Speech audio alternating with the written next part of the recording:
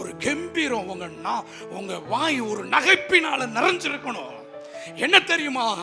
சொந்த குமாரனையே கொடுத்திருப்பாரே, ஆனால் மற்ற எல்லாவற்றையும் எனக்கு அவர் அருளாதிருப்பது எப்படி?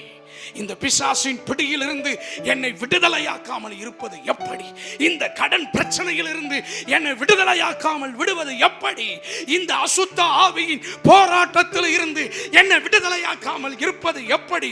என்னை சுற்றிலும் இருக்கிற சத்துருக்களை சிதற பண்ணி இந்த சத்துருக்களுக்கு முன்பாக எனக்கு ஒரு பந்தியை ஆயத்தப்படுத்தி என் தலையை எண்ணெயால் அபிஷேகிக்காமல் இருப்பது எப்படி?